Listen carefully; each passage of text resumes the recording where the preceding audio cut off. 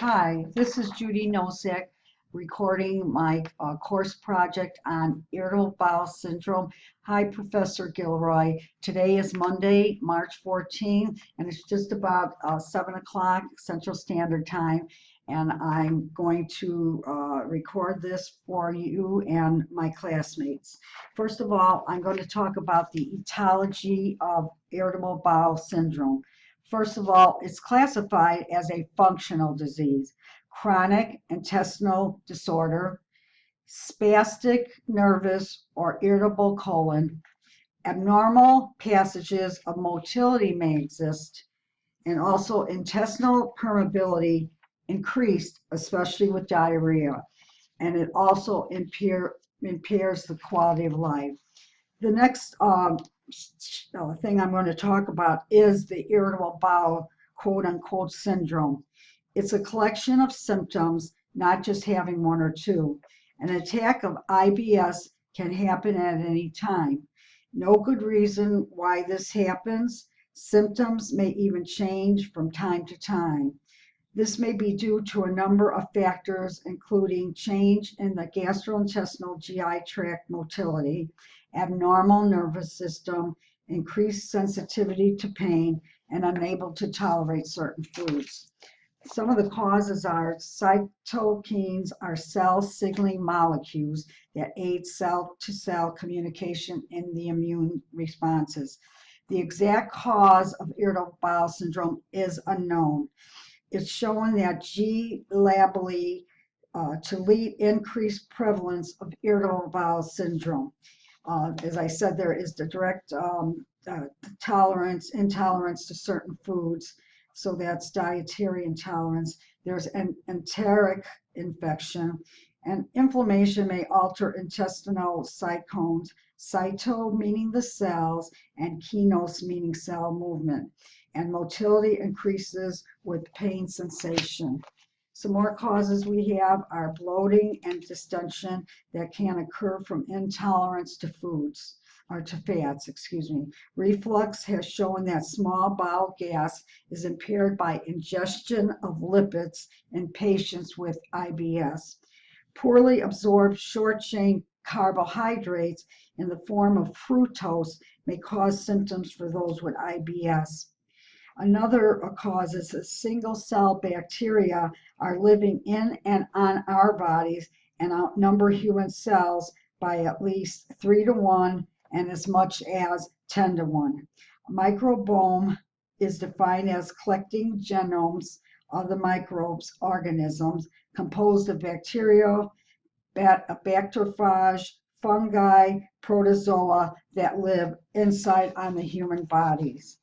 Some of the other signs and symptoms we have is change in bowel habits, constipation, or diarrhea. Could be one or the other or both. Pain and discomfort in the abdomen is key, and I put key with quotation marks, symptom of IBS, because this is the key sign and symptom for it. You also have a bloated feeling, excessive passing of gas.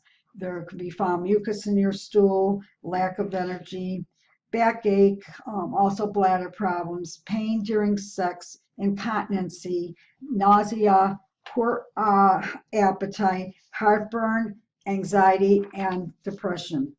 These are some of the irritable bowel syndrome triggers that you should avoid.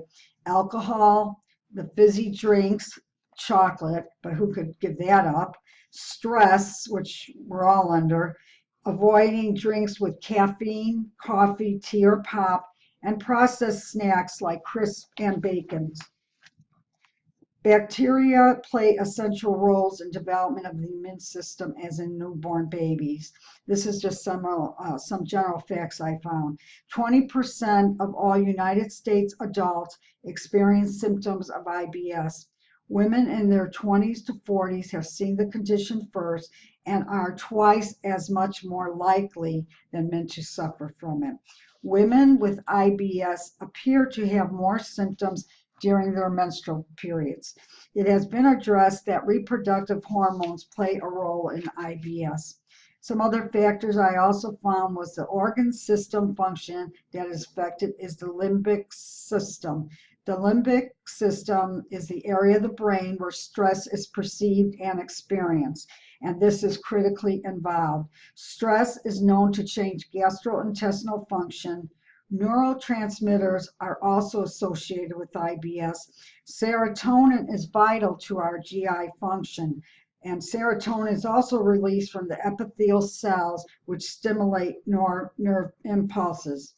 Serotonin is located in the central nervous system, about 5%, and the gastrointestinal tract of 95%. When released into the body, it results in stimulation of intestinal secretion and peristaltic reflex. We have some treatment options such as lifestyle changes. You need to exercise. Regular exercises is known to ease symptoms. Managing stress levels or other emotional factors, easier said than done. Keep a symptom diary, such as what you may have been doing at the time that your symptoms came up, what you were eating, were you being active, and any other signs and symptoms, and if you had to take any of your medication. Dietary changes are you need to eat regular meals and take time to eat slowly. That's how I always eat. Limit intake of high fiber foods. Certain fruits such as apples, cherries, peaches, and nectarines. The green veggies such as peas, cabbage, broccoli, and Brussels sprouts, which I love immensely. Foods high in lactose such as milk, ice cream, my favorite, and cream cheeses. Third treatment option is the medication. You would need to take an antispasmodic medicine for abdominal pain to help relax muscles in the stomach, such as mevervine. Also, treating the constipation, take soluble fiber as acifla, and treat your diarrhea with anti-diarrheal medicines, such as Lobermed. That's the most common one. Treat bloating with peppermint. Antidepressant medicine for pain and diarrhea, such as amitriptyline. I am on this medication for my IBS. A new treatment is an antibiotic called rafamycin, which is one that stays in the gut and very little absorbed into the body. Probiotics and also certain Chinese herbal medicines to ease the symptoms. Global treatments, other types of treatments. We have global treatments affect more than one symptom. Goal with irritable bowel syndrome is to reduce overall symptoms. Relaxation therapy can be helpful to promote well-being. There's also mind-body therapies such as hypnosis or meditation, cognitive behavioral therapy such as CBT, somatic therapies like acupuncture or massage, and breathing or moving exercises like yoga or Tai Chi. In my conclusion, I found irritable bowel syndrome isn't a disease that can be prevented. There is no cure, not a condition you can avoid. Its symptoms, including chronic abdominal cramping, discomfort or pain, bloating, and other changes in bowel habits, can be managed, often minimized and sometimes eliminated by addressing the triggers, as I gave you the list of them before. IBS is a functional disorder. The short-term consequences of irritable bowel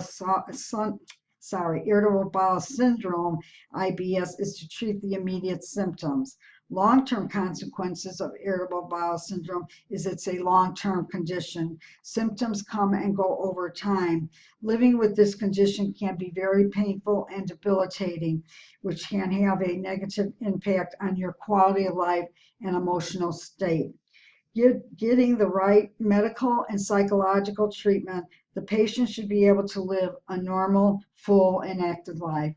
Once again, I want to thank Professor Gilroy for this opportunity, and I want to thank my classmates, and I want to wish all my classmates good luck this week in finals, and I hope you have a wonderful 2 weeks break and enjoy your Easter. And to you, Professor Gilroy, also enjoy your holiday and your Easter too.